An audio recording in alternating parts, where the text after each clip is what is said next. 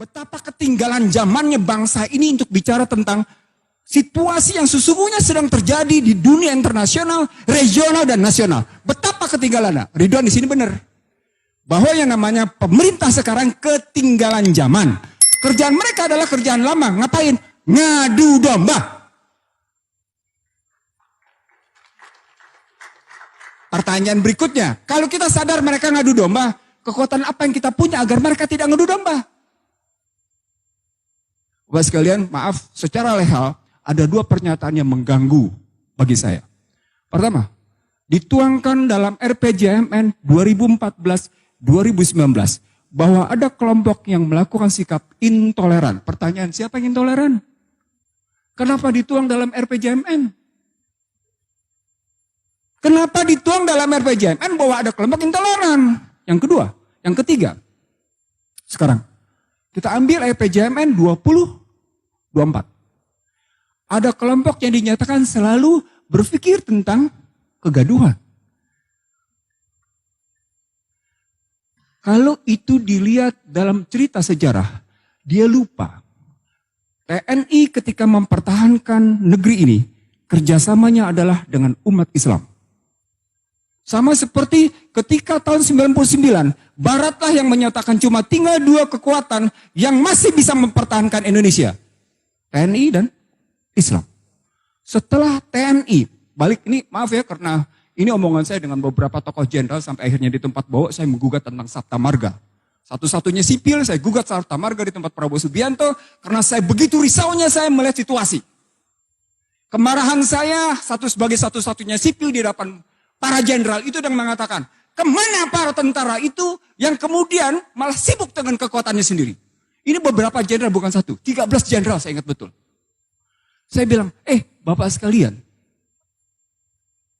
negeri ini dipertahankan oleh dua kekuatan. Kekuatan Islam, para ulama, dengan kekuatan TNI. Bahkan sampai dengan 99. Lalu ketika masuk ke dalam situasi sekarang, di mana Islam diobok-obok, TNI dikacaukan dengan cerita menurunkan baliho. Kok mau TNI nurunin jabatannya?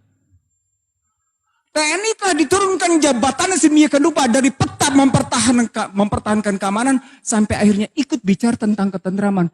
Kok turun perannya?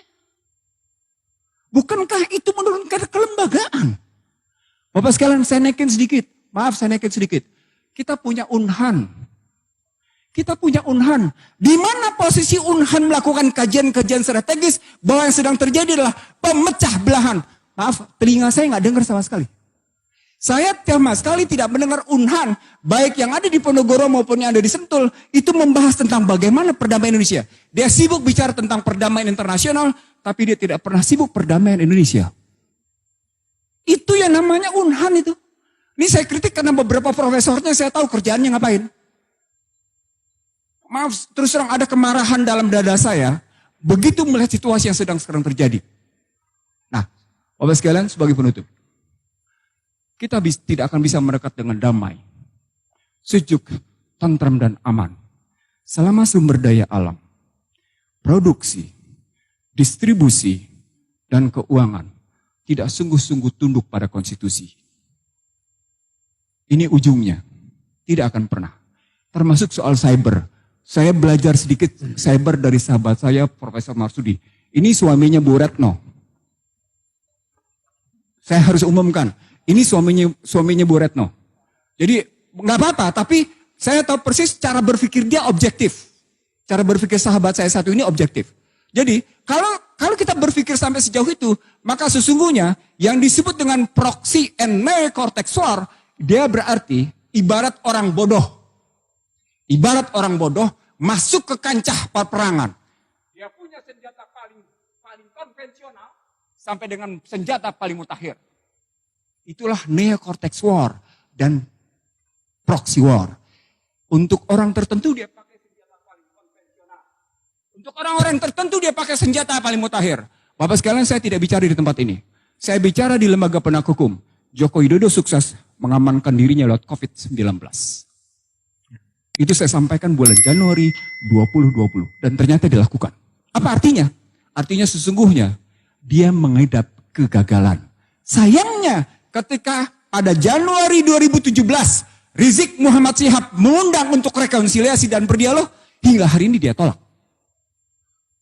Saya tidak tahu apakah itu yang namanya Joko Widodo yang menolak atau timnya, saya tidak tahu. Tapi yang catatan saya, sejak yang namanya Juni 2017 hingga hari ini sesungguhnya, seorang Rizik Muhammad Syihab itu sesungguhnya, itu mengundang untuk terbuka berdialog. Dalam dialog saya misalnya dengan Rizik misalnya di Mekah, ayo kita dialog untuk rekonsiliasi. Dalam pandangan saya, itu berarti, kalau dalam buku saya menyebut ada 7 variabel, itu berarti memang ada sekelompok orang yang begitu kuat sedang mempertahankan kepentingan kelompoknya, kepentingan dirinya. Saya jawab Bapak sekalian, apa itu? Ternyata secara akademik saya berhasil membuktikan, Undang-Undang HIP tidak variabel tunggal. RUU tentang HIP bukan variabel tunggal. Dia punya riwayat panjang, yang kemudian ini dalam roadmap-nya, saya coba bangun roadmap-nya, terbukti. Nah, itu berarti kita masih punya tantangan. Bang Mizar, saya panggil Pak Mizar dengan abang, karena kedekatan saya dengan beliau, tadi sudah disebut. Saya ingin mengatakan, Bang, kita punya tantangan besar. Bagaimana menghentikan Eka Sila ini? Jadi bukan cuma sekedar seperti Abah bilang, menjadi butir-butir tasbih, tapi salah satu tugas kita yang hadir di sini adalah menghentikan bagaimana Eka Sila ditegakkan. Bagaimana ketuhanan yang Maha Esa berkeadapan itu diubah menjadi sebuah kegotong royongan. Kita punya tantangan konkret. Dan saya yakin kita mau menjawabnya. Karena kita tidak mau diperbudak oleh kekuatan.